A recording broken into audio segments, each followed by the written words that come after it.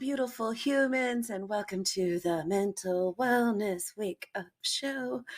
I am your host, Dawn McMillan, the spiritual psychotherapist, bringing you wisdom from both spirituality and psychology so we can create lasting well-being. I hope this podcast finds you happy, healthy, and well today. I am myself recovering still from a back injury, and I'm grateful to be upright and feeling good. I've got baby dog Bertram in the background. He may pipe up with his own old man dog wisdom. Let's get into it. So today's topic is one that I really love and appreciate. I am a big believer and a follower of what is considered a third wave of psychotherapy, which is acceptance and commitment therapy. One of the reasons I love acceptance and commitment therapy, which is commonly called ACT, I tend to refer to it by its full name because as an actor, when I talk about ACT, it can get a little confusing for anyone in my circle. So, acceptance and commitment therapy was founded out of some really solid scientific research. One of the foremost creators of ACT, acceptance and commitment therapy, is Stephen Hayes. He's out of University of Nevada, Reno. And it's really beautiful, complex system of work that he and other creators of ACT have distilled into some tools that are, I kid you not, transformational. What I like to think of it as ACT as is an East meets West kind of approach to well-being.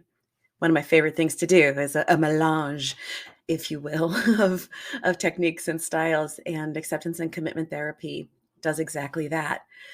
40,000 foot view, big picture, acceptance and commitment therapy, acceptance and commitment training. The main pieces are exactly in the name: acceptance of what is and commitment to living life according to your values, to take valued action. So, one of the most important techniques in acceptance and commitment therapy is called diffusion. What's that about? Okay. Our brains, our beautiful, lovely, wonderful, amazing brains, have thoughts going all the time. Words, pictures, just on a loop all the time. Where we get into trouble is when we fuse with those thoughts. We believe the thoughts. We think the thoughts are real and true and important and mandatory. When that happens, we can create a lot of suffering for ourselves. If I believe the thought, I am a worthless good for nothing and no one will ever love me, I'm fused with that thought. And I'm no longer able to see that those are just words in my mind. We're so vulnerable to the things that happen inside of our own heads in a way that we're not always to things that happen outside of us. If someone else walked up to me and said, "You're a good for nothing so and so and no one will ever love you," I'd be like, what'd you say to me? Unless it's your parent. That's a whole nother podcast. But we're so much better able to look at some of the thoughts that come from outside of our heads and go, not so sure about that. The things that happen inside of our heads, however, we buy hook, line, and sinker. Sometimes when we lose time, it's because we're buying a thought, hook, line, and sinker. We're just following that train wherever it's taking us without regard for the truth or the usefulness of the statement. So, what I'd like to share with you today are some techniques that are amazing at really separating us, the thinker, from the thoughts. We are the thinkers who think the thoughts. We are not the thoughts. So these are coming from Stephen Hayes. And if you hear paper in the background, it's because I'm looking at his book. The one I'm looking at right now is A Liberated Mind, How to Pivot Toward What Matters. He's got a lot of books. You can find a lot of really great information from him pretty much everywhere. One of my other favorite books of his is Get Out of Your Mind and Into Your Life. So this one is just thick and just chock full of really great things. So I'm going to share with you a few really wonderful ways to get your brain to stop beating you up, to defuse from your thoughts, And to make it so, you're the boss of you. Okay, first one, disobey on purpose. And it's so funny how this one works. It seems like it's a really simple, weird thing to do. And why does it matter? The point is that it does work. When we're fused with our thoughts, they feel like commands. They feel like capital T truth. And as if not doing what our brain is telling us to do, not believing what our brain has to say is just impossible. So, one way to break that cycle is to disobey on purpose. Here's a really simple way to do it. Raise your right arm while saying, I can't raise my right arm. Do it. Or your left arm, whichever arm is free, if you have arms. Or to stand up while saying, I can't stand up. And then sit down while saying, I can't sit down. And what that does, it's so absurd, but what that does is it scrambles your brain. It scrambles your brain just enough so that the dictator in your mind can say, Wait a minute, you're saying one thing, but you're doing the other. Wait, I'm the boss of you." You're like, no, I'm choosing. I am choosing. And it loosens up instantaneously. This one is so surprising in the results. Standing up while saying to yourself, I can't stand up, sitting down while saying to yourself, I can't sit down, absolutely like that begins to defuse you from that voice in your head that is telling you all the things that it's telling you, the dictator in your mind, and you're freer. You're freer with something so simple. So anytime you find yourself on that train of thought that isn't serving you or that doesn't feel like it's serving you, where you're beating yourself up or the dictator in your mind is like, you must, you shouldn't, you have to. Disobey on purpose. Tell yourself, I will not brush my teeth while you are brushing your teeth. And what Stephen Hayes says is, even the tiniest little demonstration that the mind's power over you is an illusion can very quickly give you significantly more freedom to do hard things. To quote Glennon Doyle, we can do hard things. And disobeying on purpose is one great way to set yourself up to do hard things. Are you immediately going where my brain is going, which is to addiction? I can't give up smoking. While you're giving up smoking, right? Simple, powerful, fun, easy. Tool number 2. This is one I share with friends a lot because it's also simple and easy. Give your mind a name and listen to it politely. So I have one friend who's named her inner dictator Karen, with apologies to all the beautiful, amazing, wonderful Karens out there. One of my dearest friends whom I love so profoundly like a sister is a white woman named Karen. But you choose a name that works for you. So what you do is if you give your mind a name that's different from yours, it reminds you that you are not the thoughts. You are the thinker who think the thoughts. So for example, let's say you give your mind the name Maynard.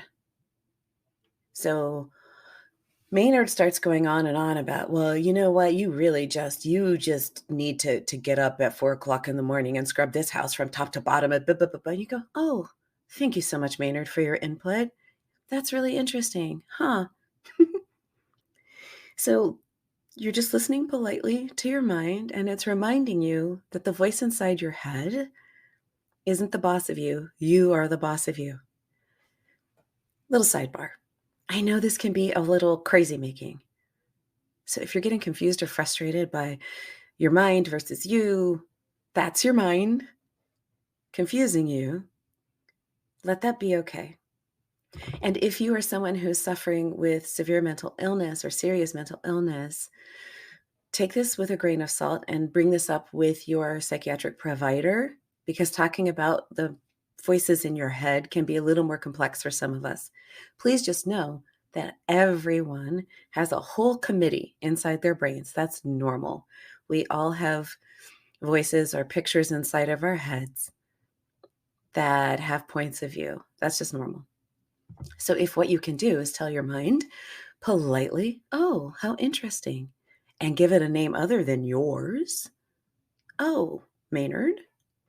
Huh, what an interesting point of view. What an interesting point of view you have there. And then keep you, the being, keep choosing what matters. Acceptance, your brain's going to talk.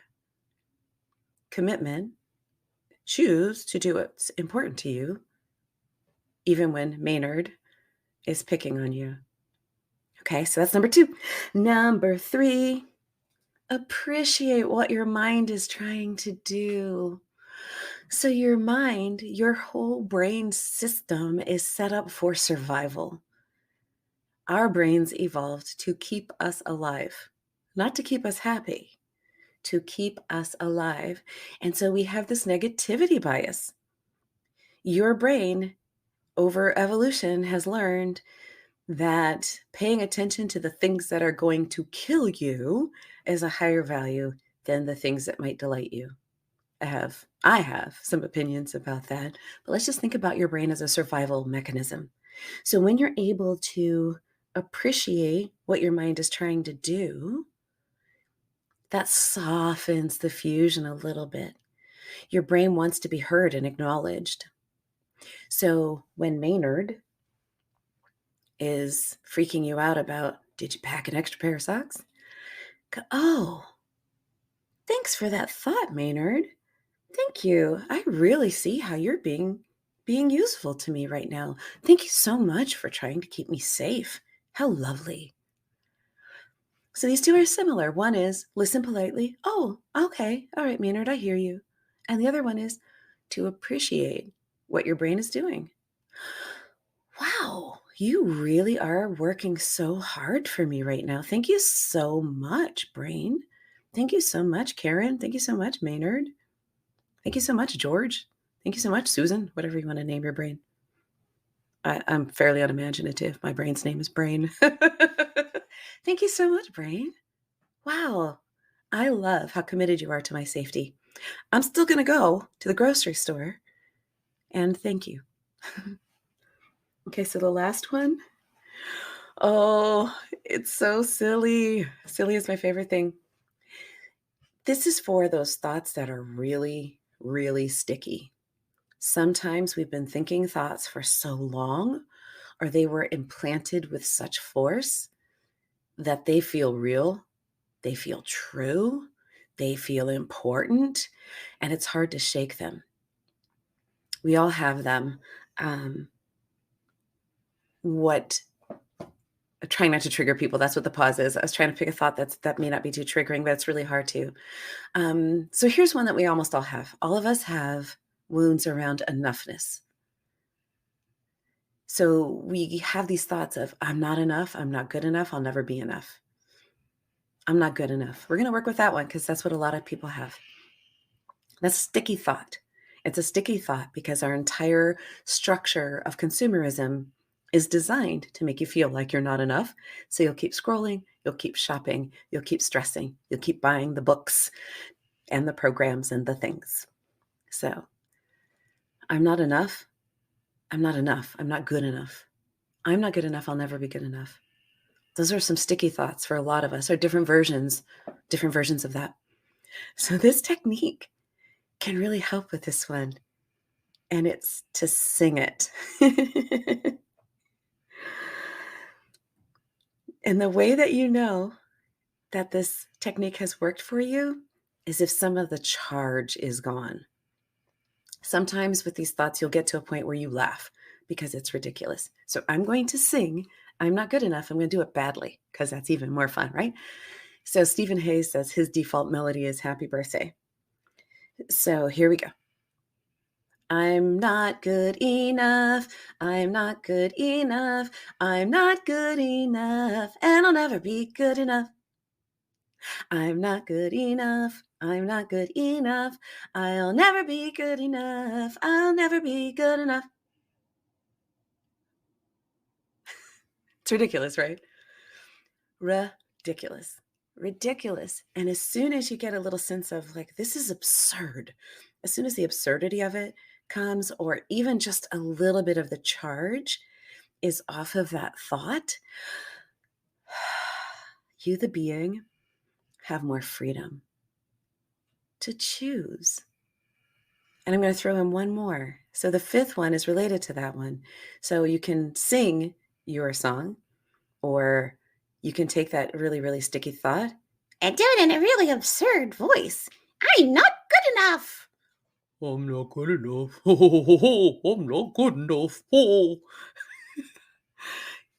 It's ridiculous. And by the way, those really horrible negative thoughts that you're having in your brain are absolutely ridiculous. So by making them ridiculous, you're able to get some freedom and some distance from it. So let's review our techniques to keep our brains from beating us up. Number 1, disobey on purpose. Your brain says, while you're thinking or saying to yourself, I am not going to tie my shoes. Tie your shoes. I can't tie my shoes while tying your shoes. Disobey on purpose.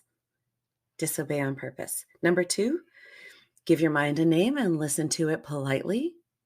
Oh, what an interesting point of view you have there, Maynard. Thank you for sharing that point of view. That's a very interesting point of view you got there. Thank Maynard for trying to be helpful. Wow. Wow, brain. Wow. You know what? Thank you so much for giving me all of those images of my house burning down as I'm driving off to work. You're super concerned about my safety. I really see how much you're wanting to be helpful here. Thank you. Number 4, sing out those really ridiculous thoughts that are beating you up. I'm no good and I'm no good. I'm no good and I'm no good. And or say it in ridiculous voices. I like to play with pitch, be like, I'm really no good and I've never been any good. Or really low. I am no good. Do your best Darth Vader voice, whatever works for you. And as soon as some of that charge is off of it, you have regained your freedom. Fun stuff. Fun stuff. Also, keep in mind for the things that you're saying out loud, people may look at you crazy, and feel free to share this episode with them. Oh, all right. So those are diffusion techniques from acceptance and commitment therapy. I borrowed these from Stephen Hayes' book. And I really hope you play with these. I know it sounds simple and ridiculous, and it works. It works. It works. It works if you work it, as they say in the recovery community. So give it a try. Let me know how it goes for you. I would love to hear about it.